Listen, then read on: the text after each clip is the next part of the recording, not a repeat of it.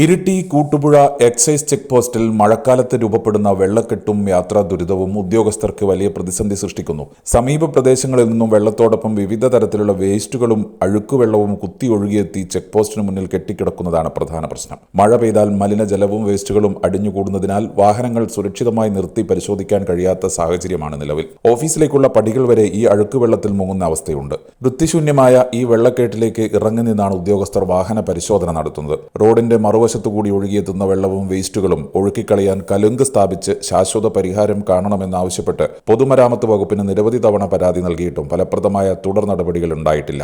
മഴക്കാലത്ത് വാഹന പരിശോധനയിൽ ഉണ്ടാകുന്ന ബുദ്ധിമുട്ടുകൾ ഒഴിവാക്കുന്നതിനും യാത്രികർക്കും ഉദ്യോഗസ്ഥർക്കും സുരക്ഷിതമായി ജോലി ചെയ്യുന്നതിനുമുള്ള സ്ഥിരം സംവിധാനം അധികാരികൾ അടിയന്തരമായി ഒരുക്കണമെന്നാണ് ശക്തമായി ആവശ്യമുയരുന്നത്. ഏജനറ്റ് ന്യൂസ്, ഇരിട്ടി.